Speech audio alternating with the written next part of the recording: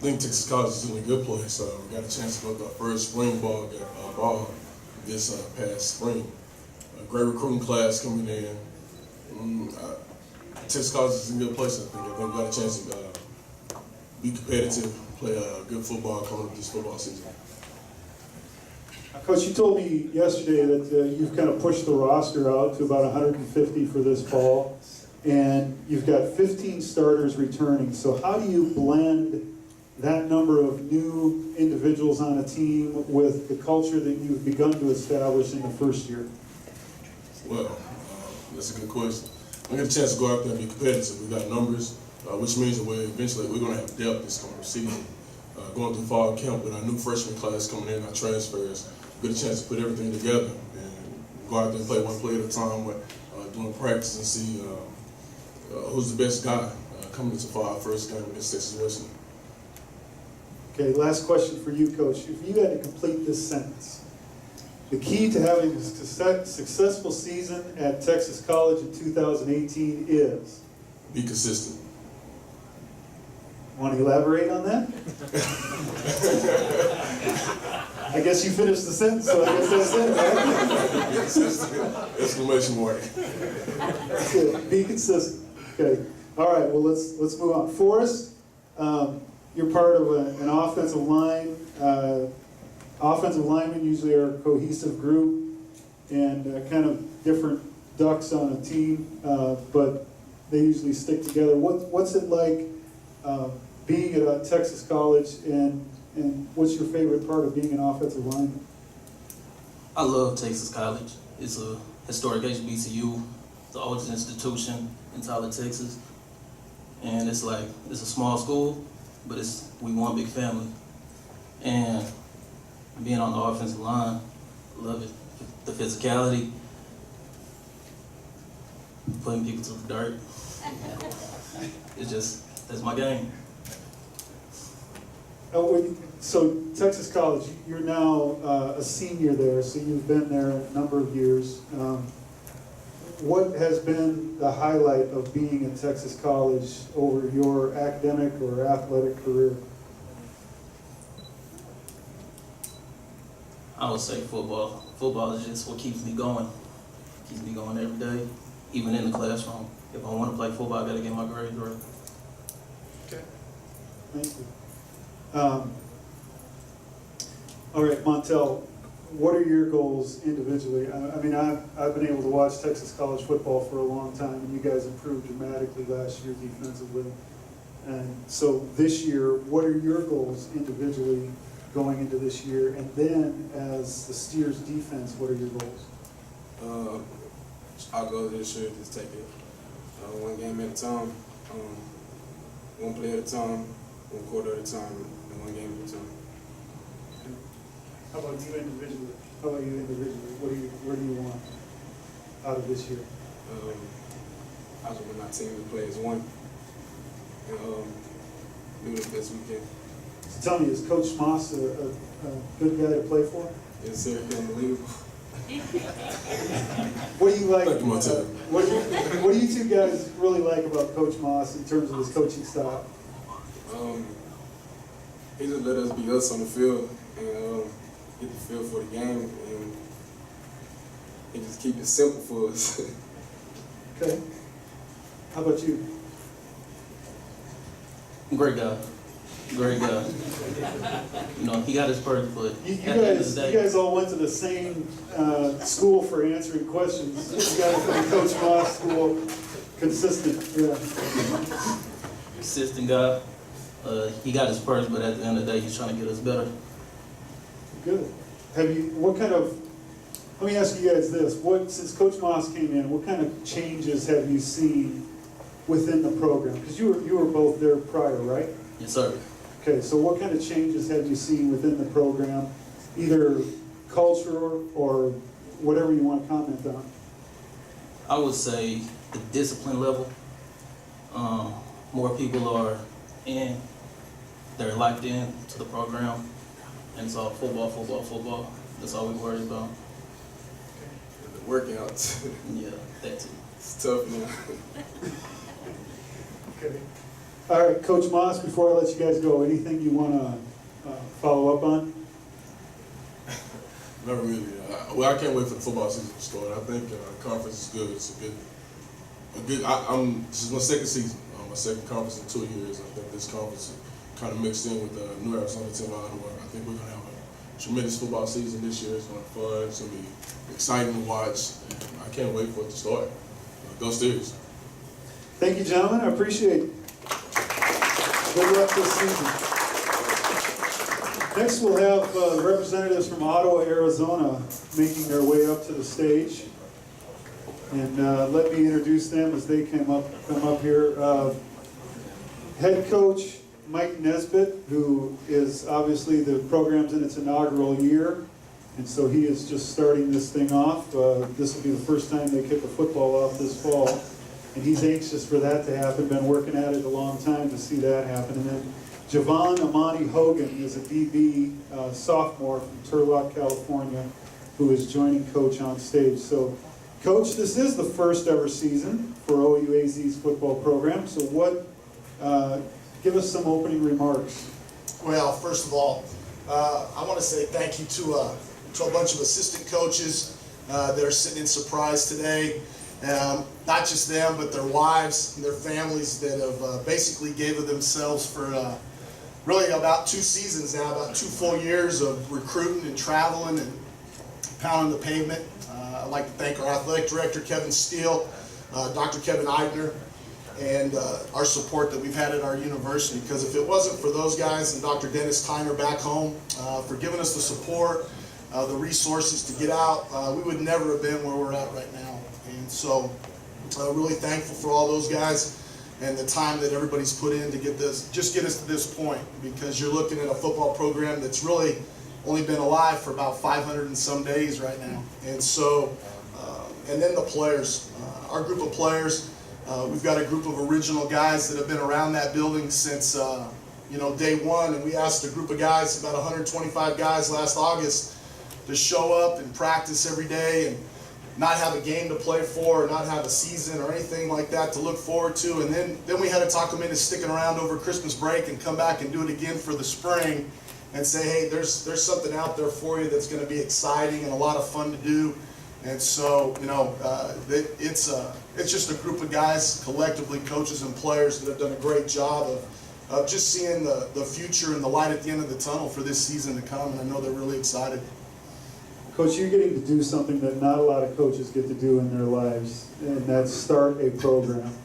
And whether that's a positive view or a negative at this point, but just not everybody gets to do it, because from day one, you don't inherit anything. You set the philosophy and the structure for everything. So what was the philosophy of starting a new program, and then what were the priorities?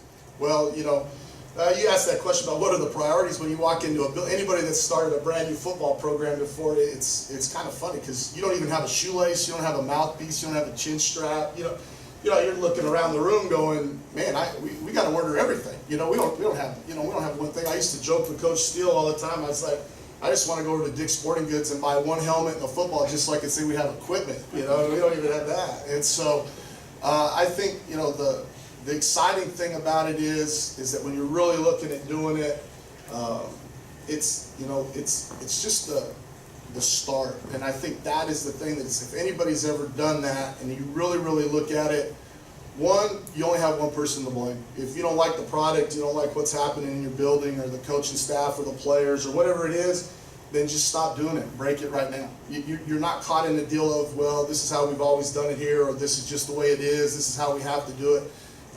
No, you don't. And I think that's kind of fun. If we don't like the way we practice, we don't like a meeting schedule, all right, we're not going to do that anymore. It doesn't fit us. It doesn't fit our university. It doesn't fit our kids and our players or our coaches. So just start it all over and do it again. I think that was the exciting thing about it. Just watching it grow. I think that right there alone is.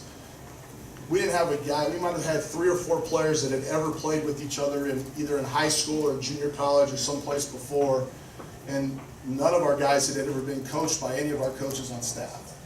And so when we roll out there last August, and there was not a coach on our staff that had ever worked together before, And so there wasn't a guy there that had ever been around each other in a meeting, on a field, and I think that was the most exciting part about it, was watching that thing just grow as we got towards October and fall break, and watching how those kids and coaches all became one and kind of really became a cohesive group, and you could see those guys start to build on each other.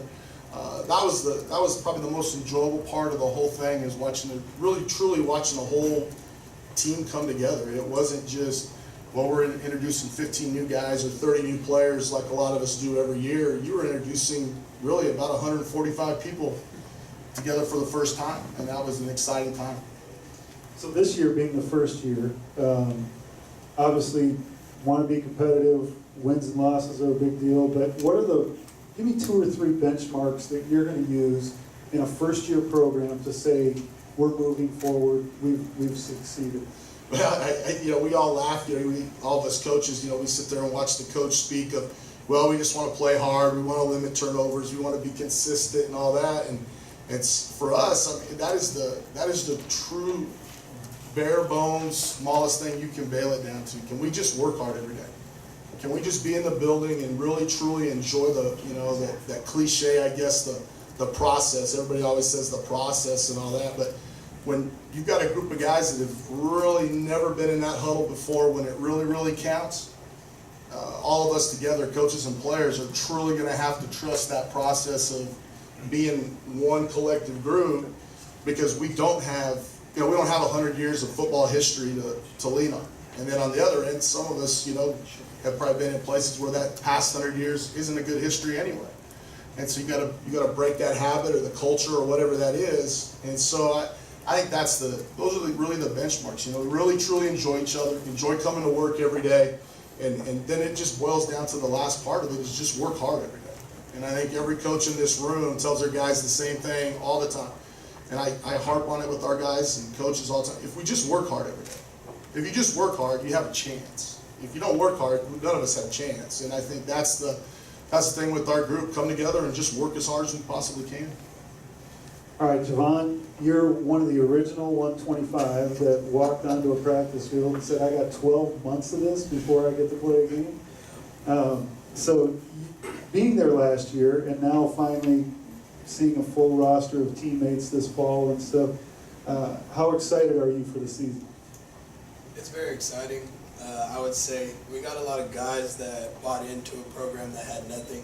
Like, we came, there was dirt lots, and we had to practice at a park. So it just goes to show that we got a bunch of guys that really, truly love football.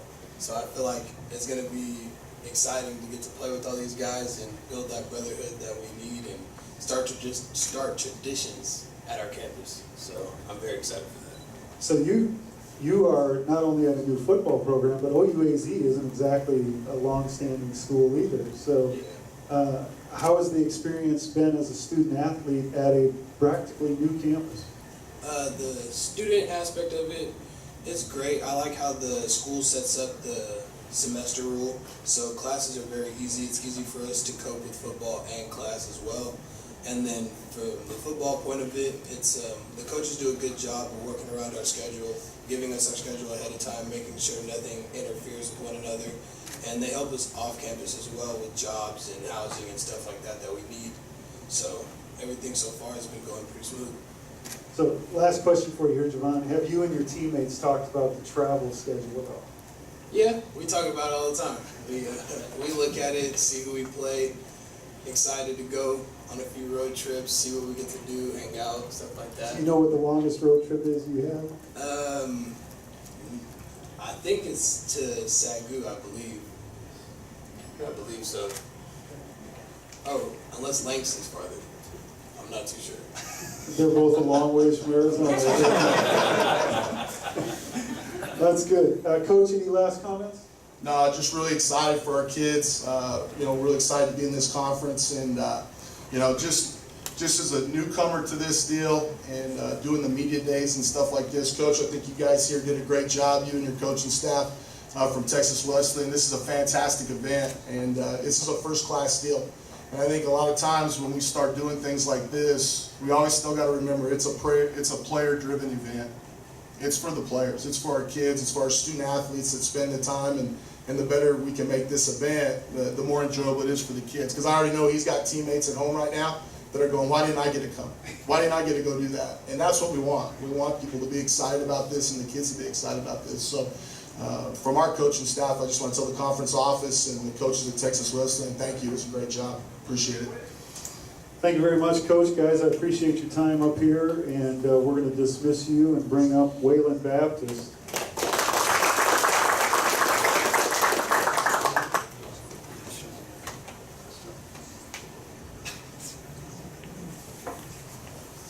And joining me on the stage now is head coach Butch Henderson from Wayland Baptist, and Keaton Vaughter, who's an O-lineman, senior from Bridgeport, Texas.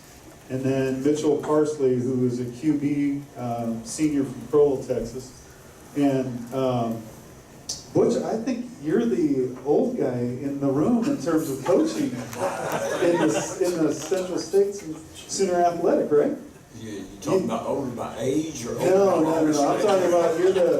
Whichever way you're trying to go, I'm probably, I am the oldest. Either way. Either way. I think you're the dean of coaches, though. I'm the dean of coaches. I'm the oldest of the coaches, so they got to all listen to what I tell them to do. To mine, being respectful Of their elders? Of their elders. Yeah, So yeah. if they'll do it that way, it'll really work well for us. Well, Coach, if you would go ahead and from your wisdom of ages, give us some opening remarks, we would appreciate it. As we look at this next football season, we've got a group of young men that have really pulled together. We have more young men that stayed on our campus this summer and worked out together. Keaton may talk a little bit about that, but we've got all of our offensive linemen back. They are all on our campus through the summer, and I don't know if they're working any harder than they would have worked at home, but seeing that camaraderie that they have has been exciting for me, and watching them be able to work and knowing